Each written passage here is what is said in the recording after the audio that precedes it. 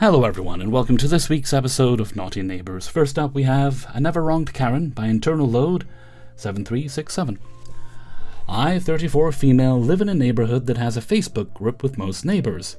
We share kids' toys, old clothes, old furniture, and so on. One day, this random neighbour, Karen, 60 female, posted on the Facebook group that her friend, that is also our neighbour, needed a meal train because of unforeseen circumstance. I love cooking and baking, so I responded to her post saying I would love to help. Long story short, I sent them a few dinner and baked goods, no big deal there. I had fun cooking and baking and someone's family got to eat. After a little bit, her friend, Anna, 35, female, mentioned that she wanted to thank me by giving me a nail service. She's a manicurist. I said thanks and took it. Once I arrived at Anna's place, she asked if I wanted to do a pedicure as well. I told her that if she had the time, I would love that. Fully knew that I wanted to give her a big tip. So, she gave me a manicure and a quick pedicure since she said she already had dinner plans with Karen. I said it was completely fine. When I was done, I asked Anna if I could Venmo or Zelle her at least a tip for what she had given me, and that I was happy with the result. She said no need and that she wanted to thank me for all the trays I was sending for her family. I asked Anna one more time to give me her Venmo, Zelle, and she still refused. I even mentioned to her that I would be more than happy to send more baked goods or dinners if she ever needs them again. I basically mentioned everything to express my gratitude. I sent those dinner trays and baked goods not expecting anything in return. I was happy someone could benefit from my cooking. Fast forward a few minutes later, when I got back to my car, I got a text from Karen saying that I took advantage of Anna, and I should have paid for the service, especially because I also got a pedicure. The deal was only a manicure. I was stunned. Somehow, Karen really pressed my button with that statement. I already begged Anna to let me pay her at least give a tip. She refused twice. I offered cake. She refused, saying she's fine. And there was Karen accusing me without knowing anything. The only thing Anna mentioned to Karen was that she would be a little bit late to dinner because she just finished giving me a pedicure. I told Karen that I offered to pay twice and then offered some cakes and Anna refused. All Karen said was, "I do not want Anna to be taken advantage of." Now if you read between the lines there, by anyone except me. It really got me mad because not only was she accusing me, but after she knew the entire story, she refused to apologize. I got mad and I said, "Usually after wrongly accusing someone, people tend to apologize." And she said, "This is fine. I just said I didn't want Anna to be taken advantage of." I do not think that's the point anymore. I feel like Karen was accusing me for something I didn't do and refusing to apologize to me. I blocked her number and was done with her since I knew this was going nowhere. I'm not dealing with her ever again. I did mention this to Anna to let her know what her friend told me. Anna said that Karen has been doing this Karen thing for years and that I shouldn't take it personally. Karen could be rude, but deep down she was a piece of she had a kind heart. This is something that my Chinese background tends to say. The elder could do no wrong, and us, the younger generations, have to accept that rude behavior. My father used to call people like Karen old twisters, because of their twisted nature, of course. He wasn't big on respecting the elderly when they were assholes. I expect this behavior from my parents and my family because it's harder to avoid them, but didn't expect this from a random neighbor. Anna is so sweet and patient, but man, I would not hang out with anyone remotely close to Karen again. Another note, I know she is a different breed and shouldn't have engaged with her accusation, but she really got my button somehow today and instinct kicked in. I also look young for my age, and some older aunties think they could just bully me. Yes, generally I tend not to start any drama, and just say yes, especially with random neighbors. I am proud of myself for standing up for myself once, though. Note again, this is my first long post, and I feel like I need to keep updating the story. I live in Bay Area. Neither I nor my friends carry cash ever. Not a lot of people do these days. I don't myself, quite frankly. But even if I did carry cash, leaving cash on the table when someone already kept refusing felt like me forcing cash onto her, like I pitied her as a person. It's also how you pay hookers. I think that was rude. Maybe I'm wrong for not leaving cash. I found her Venmo account and sent her $200, which was what I wanted from the beginning. She returned the full amount and texted me to please not do it. Yeah, I think she made her feelings quite clear. Story number 2. Am I the asshole for reporting our neighbor's fence to our landlord? By Imhotep Destroyer. Are you a destroyer of Imhoteps? Or are you Imhotep, who is a destroyer? Everyone we've talked about to this is saying that we did nothing wrong, and that our neighbors are crazy. But they are all friends and family, and obviously biased. I would really appreciate an unbiased opinion on this. My husband, 29 years old, and I, 27 years old, moved into this neighborhood when we were expecting our daughter, 17 months. It's a great area, and it's a good place for families with smaller kids. All the houses are rented out by the same company, and we share a wall and a small hedge with the neighbors, and the garden is very small. We can hear everything going on in our neighbors' gardens on either side. It's a little hard to explain, but it's important, so I'm going to try. At the end of the gardens there is a small hill to separate the gardens from the bike path behind it, so we have 2 smaller hedges that separates the gardens from each other. And then there is a small gap from the end of the hedges to the hill, so there is a small path where you can walk to and from your garden from the outside. The path is the only way to get to each of the gardens from outside the apartments. We would be able to look directly into our neighbor's garden, as we are not allowed to put up permanent fencing, although we don't actually look, as that would be really rude. We use this path for stuff like the lawnmower, stroller, or any gardening trash we don't want to take through the apartment. We try to use this pathway as little as possible, but we do use it quite a bit, and wouldn't be able to bring the lawnmower to the garden if it wasn't for this path. There is no way to store the machine in the garden. We also use the path to bring the stroller to and from the garden, as it's the only place with proper shade, and keep an eye on her at the same time. Although this is just on the weekends when our child is not in daycare. Okay, now I explained that. Here's the issue. Our problem is with the couple who live next door. They live at the end of the row, and therefore we would pass their garden to get to ours. They moved in about 7 or 8 months ago, I believe, and they've always been keeping to themselves, which is totally fine. My husband and I are also introverts, so we don't make the habit of starting up unnecessary conversations. They already started being annoying from the very beginning. They smoke in front of their house. This is a smoke-free area, and they are not allowed to smoke anywhere, not even in their own garden. But we don't say anything because we can live with a little smoke. They also have 2 cars parked all the time, and a third parked sometimes. They are only allowed to have 1 car parked in the area, but it's nothing that bothered us, as we don't own a car and don't really need the space anyway.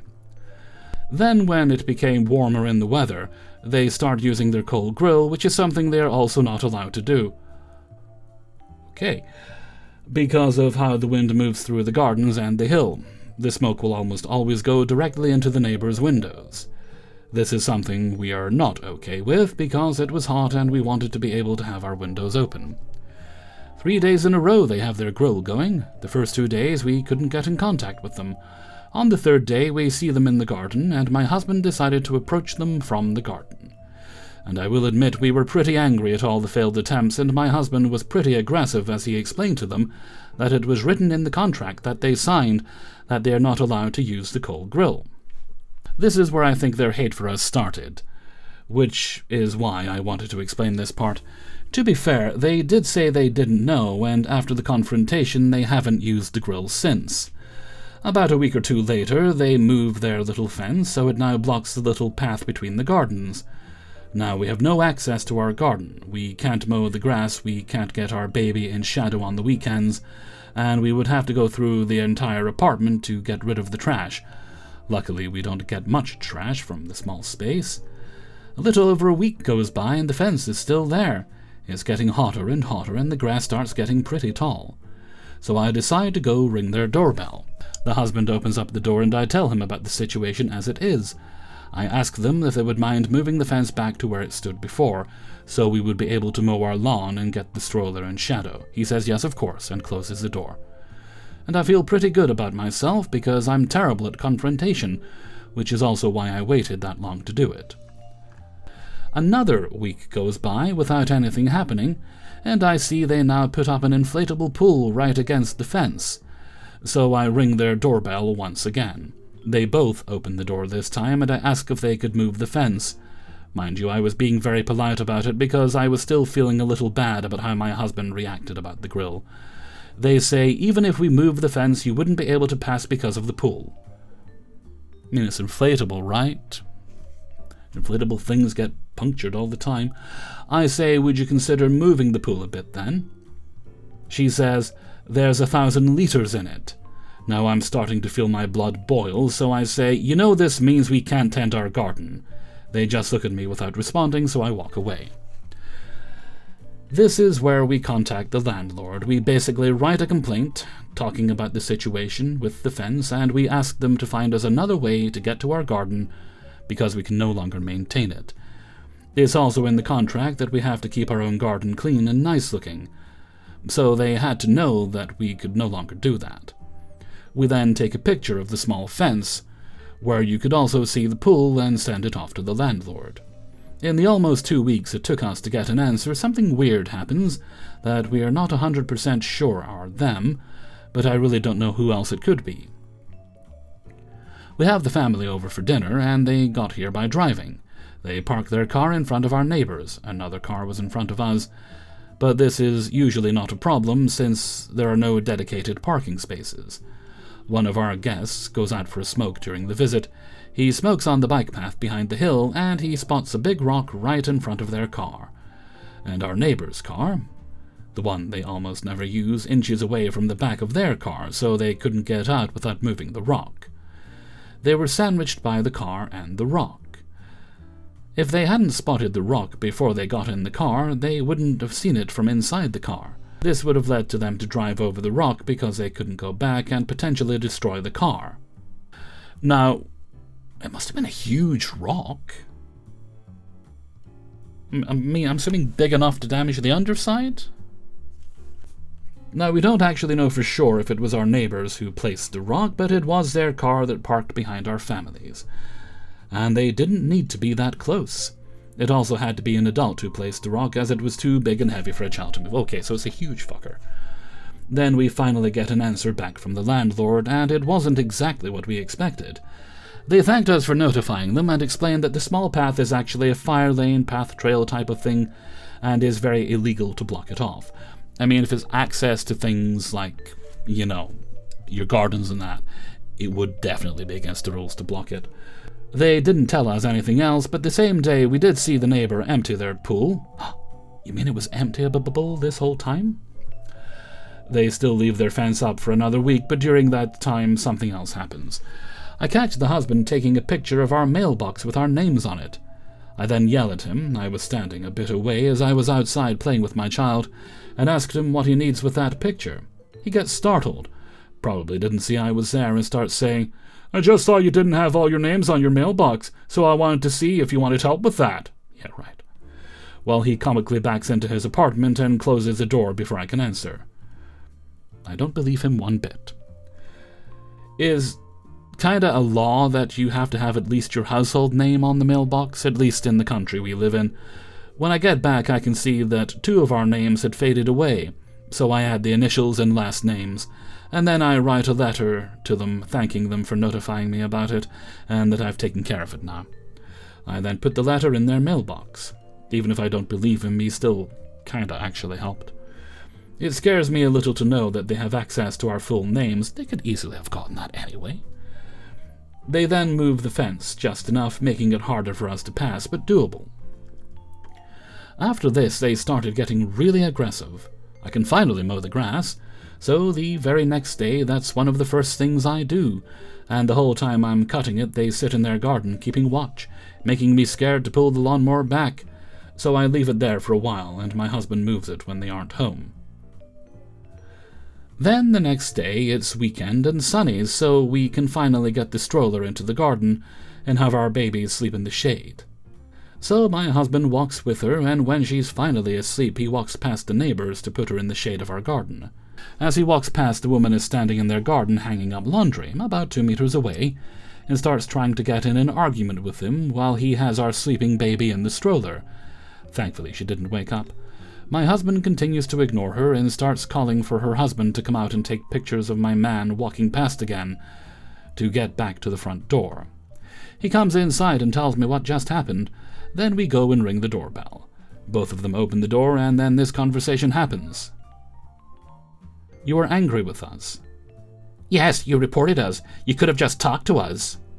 We already tried talking to you multiple times. No, you didn't. Yeah, we asked you multiple times if you were willing to move your fence. You asked us to move a 1,000-liter pool away, which was apparently doable. What else could we do? You made it clear you wouldn't help. And by the way, we have escalated this way more than you have, and we have emails proving that you can't use the path for anything other than the lawnmower.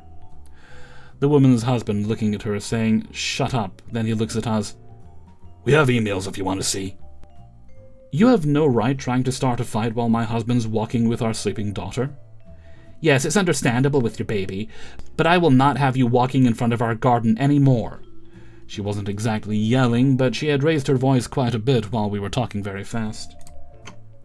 Her husband looks angrily at her and shuts the door on us while she was still talking. We never saw any email. I tried my best to stay calm while talking to them, but I was about to cry multiple times, and the woman looked like someone who had already been crying. It could also just be that she was that angry. We get back inside. I absolutely broke down while my husband immediately started looking for a new apartment. We can't live next to someone who hates us that much, so now we have to move. Don't really think you do, but that is also an option if you want to. I'm now scared to be outside my own home. We looked it up, and there are no bylaws that say we can't use those paths for passage. We even contacted the landlord again to make sure, and they told us we are allowed to use it the way we have, as long as we don't block it in any way. We also talked to them a little bit about what the neighbors have been doing, and the person we are talking to has told us that the neighbor has multiple cases open and going, presumably about us, but the person didn't confirm that. We didn't actually want them to get fined, we just wanted access to the garden. Everyone we talked to are on our side, and I do feel like we did nothing wrong. They're acting like what we did is equal to kicking their dog and stealing their favorite spoons while we're at it. So I want to know, are we the a-hole? Only a little bit. Your husband was off base with the way he approached that situation at first, but he did, and it's done. Doesn't mean you didn't also have a totally legitimate grievance with them afterward. They were blocking access to something that everybody should have access to. It's like here, out back of the houses, you can't really have a locked gate. You can have a gate, but it has to be openable for everyone, because this is an access area for like service workers and things like that if people need to get in. It's kind of like that. That's what you're dealing with. Although in this area, people can't just be casually strolling through your back garden. It's different where you live, of course. And so while they have legitimate reason to dislike you, they also don't really have much of a leg to stand on when it comes to the fact that you were right to ask them to move the fence. They shouldn't have had the pool there in the first place if it was going to be difficult for them to move. So you did start off on the wrong foot, but it doesn't mean you're not justified now. I don't think you should have to move, though. That doesn't really seem fair. If everybody has told you that you have a right to access that area as a walking path, as you have been, just keep on keeping on. They're really not going to do anything. I mean, they'll try, but it doesn't mean they actually have rights. I'm sure they do have emails, but I think they're probably misinterpreting the wording of them. Maybe deliberately, maybe hopefully. But in the end, it's probably too late to try and make nice with these people now. It's never going to be a good thing to go in hot to a situation that requires delicacy. So that's definitely worth remembering in the future, and we could all do with remembering that. Hey, okay. Story number 3. Flophouse shut down and still a problem. By DreamG5694. It's a rant. My wording and structure are poor. Personal background info. I have extensive work and volunteer experience with local addicts and the unhoused population. With this, I have learned more things than I could have imagined. Whew, it is clammy and humid today. If I seem more shagged out than usual, that's why. But it's fine. When I'm done here, there will be food, there will be fans, there will be cool water. Well, I have cool water, but there'll be more cool water. Where was I? With this, I've learned more things than I could have imagined, things that I would never have come across in my own day-to-day life. I've learned that many factors play into the circumstances that lead people to find themselves in those positions. That said, any judgments I hold in this post are not toward the populations mentioned. My judgment and loathing are directly toward the specific occupants and guests of House 2344. There have always been problems with 2344, micro problems. In February 2026, the problems increased to very large problems. By mid-April 2026, I had found 3 different dropped illicit items. I was having a bad day. I snapped. My tolerance dissolved. Police had always picked it up and checked it to confirm what I assumed. After this officer left, I told my family that I've lost all patience for this bullshit.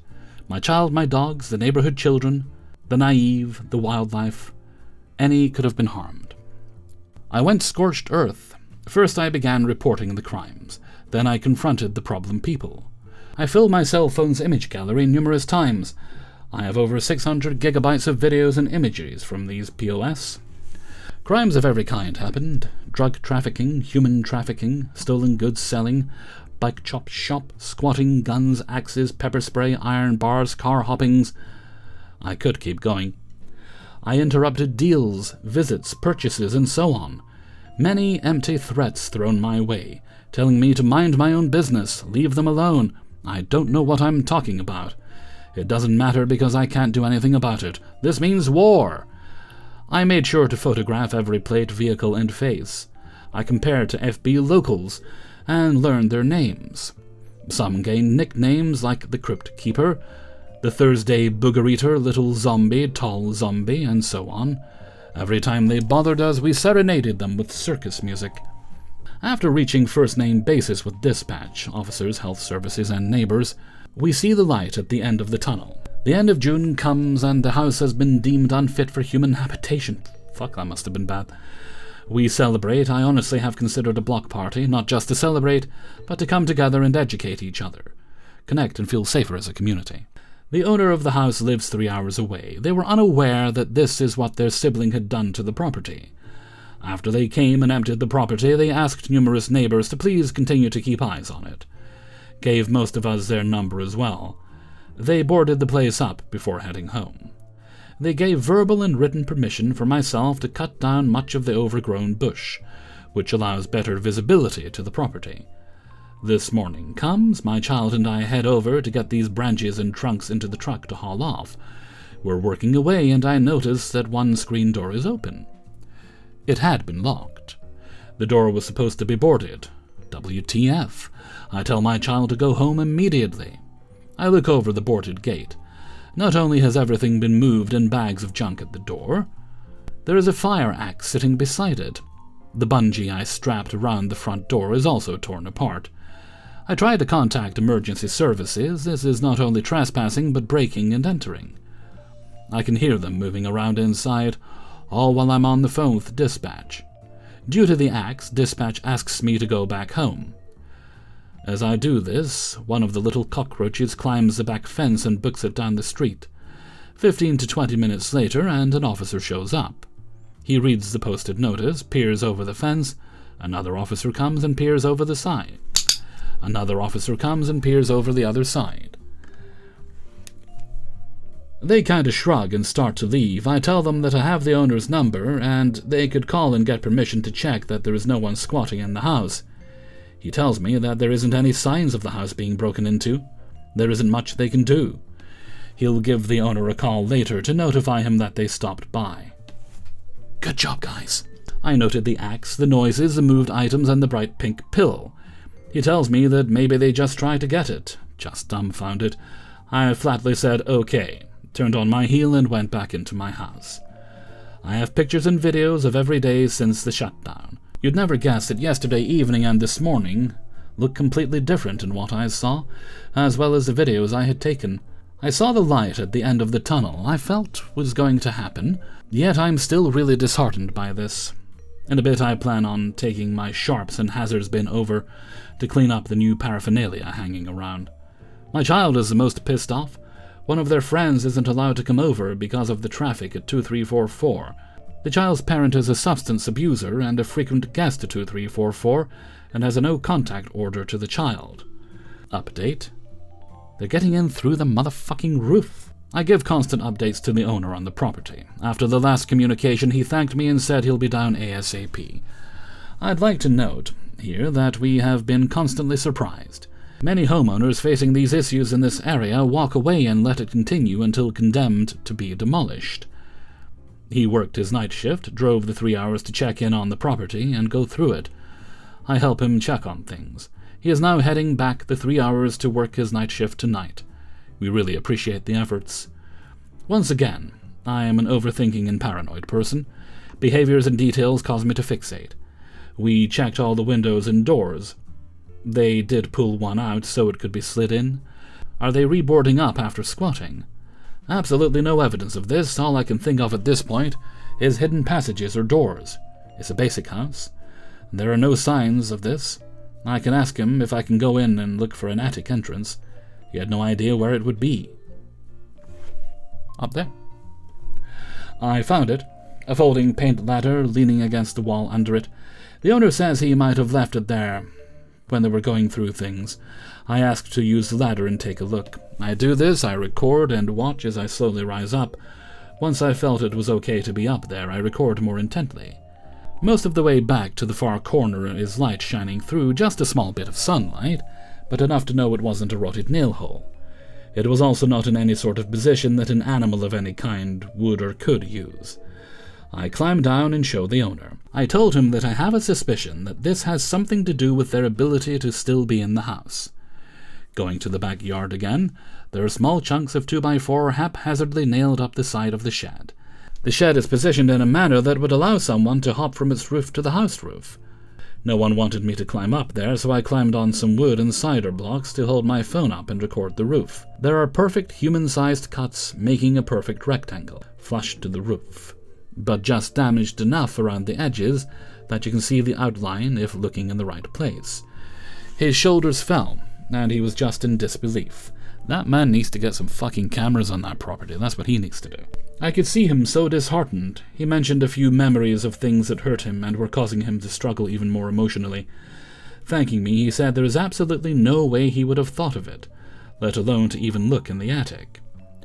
Due to him having to leave and get to work, he locked it up, as it was, prior to his arrival this morning. He is going to try to have a security company come by and give him estimates.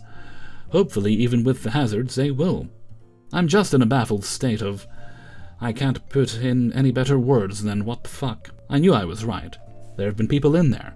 I just honestly did not think that I'd be able to have proof. Story number 4. How do I get my neighbor to leave me alone? By Barbecue Dorito. I, 33 female, rent the basement suite of a townhouse in a big Canadian city. The upstairs tenant, 40 female, has annoyed me since we first met when I moved in. I can tell very quickly when I meet someone if I will click with them or if I want to spend time with them. I immediately knew we did not click, as she came off as a busybody and gossip. But she asked for my number for emergencies, and nope, and I reluctantly gave it to her. Change it. To be clear, we are not roommates, and I have my own separate entrance, laundry, etc. I am an introvert who loves my home alone time, and I do not have an interest in socializing with neighbors beyond friendly waves, etc. She immediately started texting me regularly, asking if she could pick me up anything from the store. Yes, you pick me up a big package of shut the fuck up and mind your own business. Commenting that she can hear me coughing and asking if I need cold medicine.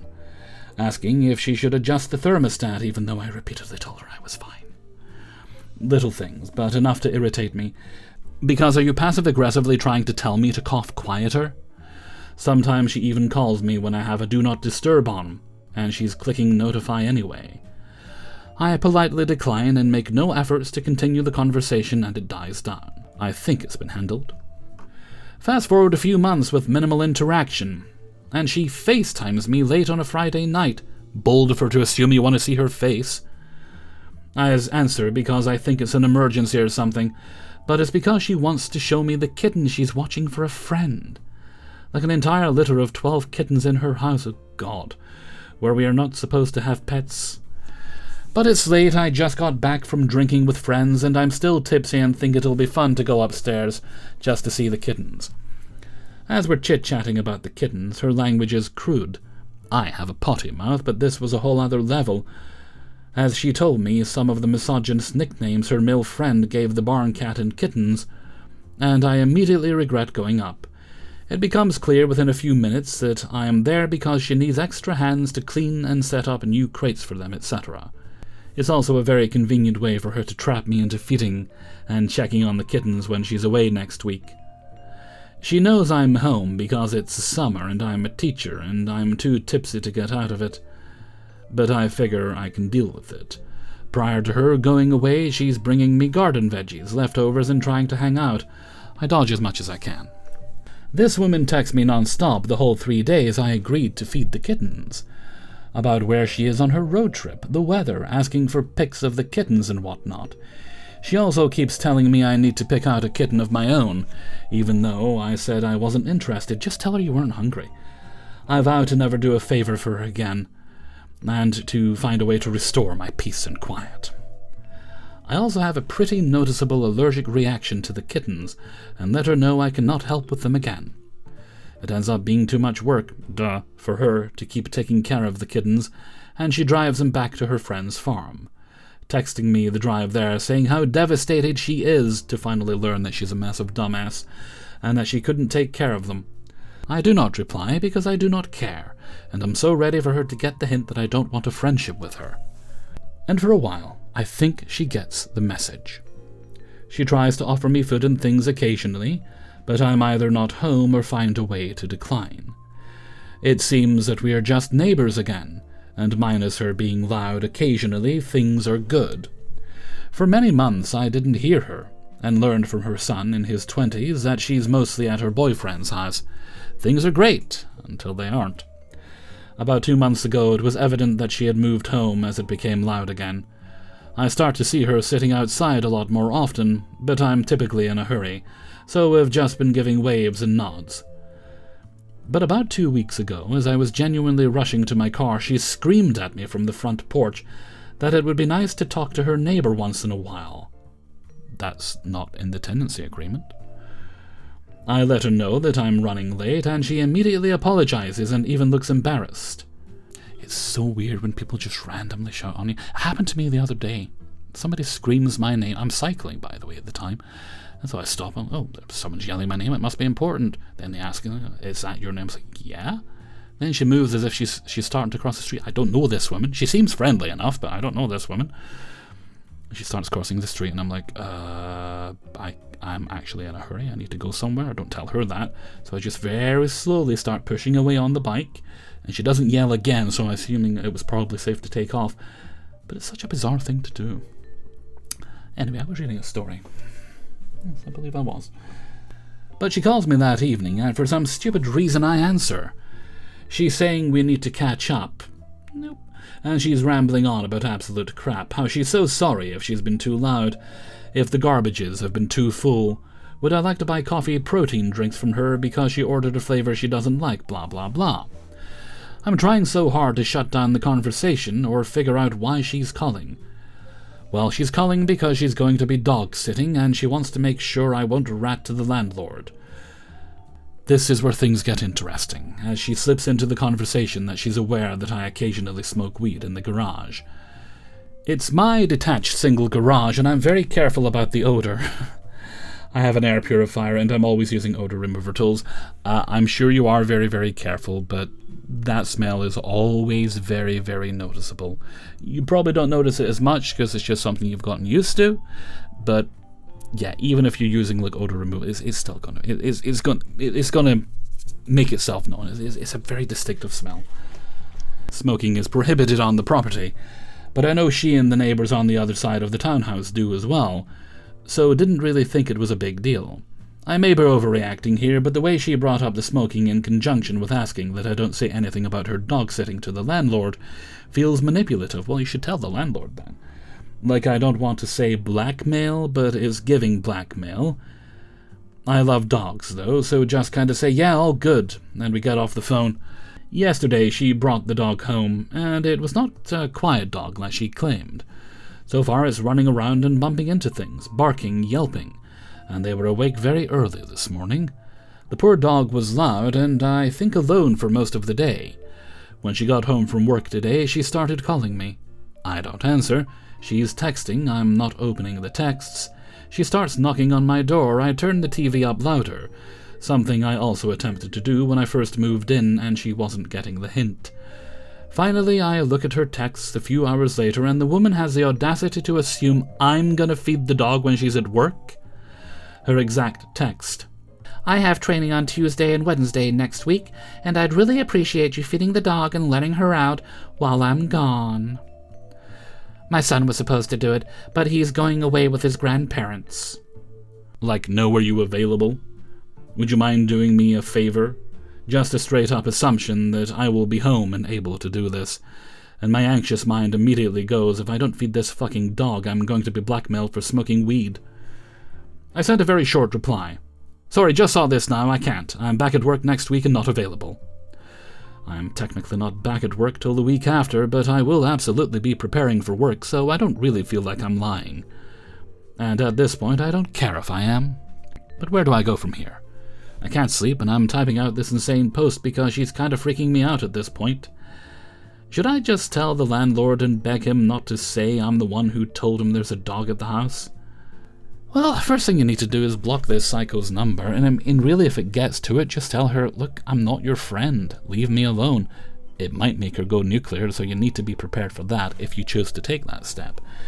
If you want to tell the landlord, just so you get some peace, yeah, because, you know, the dog's not meant to be there, but maybe also stop smoking weed for a little bit, just as a precaution before you do that. But as you say, she and I think one of your other neighbours you mentioned was smoking weed too. So they'd essentially be daubing themselves in if they chose to rat you out for it. But I think ultimately is have a look at when your lease ends and hope you can find something else in your price range by then, because unless she moves out, that's the only piece you're ever going to get. Short of just flat out telling her you're not interested, but that might not have the desired effect, as I say. And story number 5, fifth and final for this video. Upstairs Neighbours Baby Daddy using my address for his mail, by NoCup794. I live in a first floor unit of a 2-unit duplex. My upstairs neighbour's unit is directly above mine, and our mailboxes are mounted outside the front of the house where her entrance is. Her mailbox is the higher one, and mine is the lower one. I've started receiving a lot of mail for people who do not live in my unit. When I first moved in, I would occasionally get the next-door neighbour's mail since he used to live here, which I understand. I only knew because my upstairs neighbour told me, and sometimes his mail I left in my box would disappear. So I figured she went in and took it to give to him. I didn't care much at the time, right? But now I am regularly getting mail for my upstairs neighbour's baby daddy. I remember one was from a bank, and then the other one's from I have no idea what. I got uncomfortable from it because the last time I had 2 mail in my inbox, for him that was under 2 different last names, my neighbour said he has 2 different last names. Well, that's certainly not a concern. Maybe he's an entertainer. Because we have different units, he didn't write the unit number, and because I am the first floor, I think it automatically gets assumed that it's for me. He does not live with her, he didn't ever live with her, so I'm really confused why he was using this address in the first place, and whether or not he purposefully left the unit number out, or maybe perhaps tried to do some sort of fraud, without making it look too obvious, or look like it was a mistake. Anyway, when we were both out there and I asked her if both those last names were his, she said yes. She also asked me if I knew there were postcards in my mailbox. She shouldn't actually be touching your mailbox. Which made me uncomfortable because it made me realize she has apparently gone into my mailbox before. Now I'm wondering if they use my mailbox and take stuff out of it, or check if his mail is in there. Yes, they're definitely doing that. I decided to ask my landlord when I have more money if I can install a locked mailbox with a slot, so that nobody can get into my mailbox. And then I wrote Unit 1 residents only on the outside, and then I lifted up the top and put a note in there with our names on it, and I wrote, "Please don't mail anything else here, and please shut the top securely. I don't want people to just be looking in my mailbox or rummaging through it as if it's a for-all mailbox or something. The baby daddy father does not live in my unit. He lives with his mother. His mother, my upstairs neighbour, and me all have Section 8 because of the last name thing. And getting mail here, it's just starting to make me suspicious why he isn't getting mail delivered to his own address. It's definitely shady. Or even writing Unit 2 instead of just leaving it blank so that it gets sent to mine. I'm concerned because I don't know why someone who doesn't live here... I mean, if he's doing that in the first place, he could just be a massive idiot, but let's read the rest of the story. Doesn't live here would be using my address for their mail. I don't know if there is anything improper going on, and I'm not accusing anyone of fraud. I mean, I, for one, highly suspect it. Something shady. But given the circumstances, I don't want my address associated with somebody I have nothing to do with. No, because next thing you know, you get the cops at your door, and you don't want that. They're all really sketchy people. And I don't think they mean they're artists. Which is why I don't feel comfortable with anyone even looking in my mailbox anymore. I'm going to get a secure locked mailbox as soon as possible after I talk to my landlord. Because I have Section 8, I don't want it to somehow create problems with my housing, or make it look like additional people are living in my unit, which makes me wonder if they're doing some sort of fraud. Again, I'm not accusing anyone, but honestly, nobody else's mail should be sent to my mailbox, and I'm tired of getting the next-door neighbor's mail in my mailbox all the time. It shouldn't be my responsibility. I feel like a Karen. No, you're definitely not a Karen. What you have is a legitimate and significant grievance. But it's also a liability issue. If someone has my address listed as their residence, or if I'm constantly getting and responsible for their mail, you're not really responsible for it because it's not yours. Just return to sender. Yeah. There was a whole song about that, I think. Was it Elvis or what that? But yeah, return to sender should do the job. Yeah, I suppose you could talk to them and tell them, correct the address, because that's, obviously what they've done. I mean, it's definitely the fault on their end. I mean, companies can make mistakes, certainly, and they can get addresses wrong. But if it's coming from literally multiple sources, it's clearly a mistake on their end. And I think deliberate, because they've done it multiple times. It's not just they forgot to put the number in once and they remembered all the other times. So it is deliberate. But yeah, I think return to sender. Maybe could you contact the post office and tell them, look, this is like a 2-unit thing. You keep giving me other people's mail. Could you maybe just, I don't know. It's an incomplete address. That's the way I see it. I wonder what the rules are on incomplete addresses. I suspect they shouldn't deliver them, but I don't know. I'm not a postman. Today I'm not a postman. Later today I won't be a lawyer. I've also realized that I've probably been too casual about misdelivered mail in the past. Sometimes I'll grab my mail and bring it inside without looking carefully at every name. And I don't want to accidentally open someone else's mail. From now on, I'm planning to return anything that isn't addressed to me or another resident of my unit. 1. Should I continue leaving incorrectly delivered mail in my inbox marked return to sender? Yeah, do that. Wrong address. Keep doing that.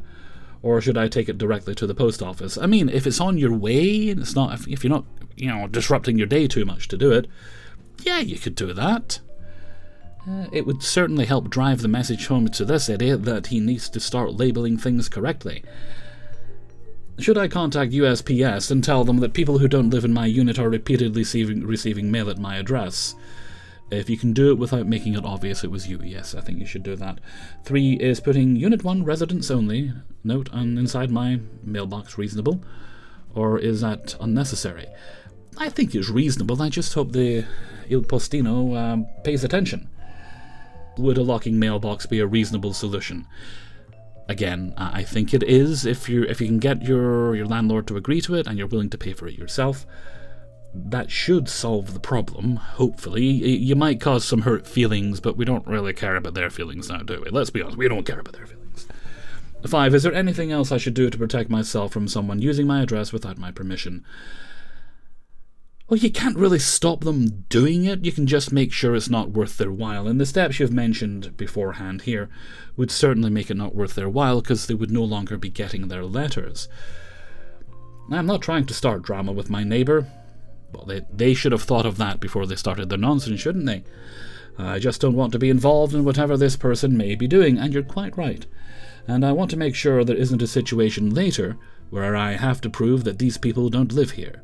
I already have enough in my life, and I don't need unnecessary things happening from other people.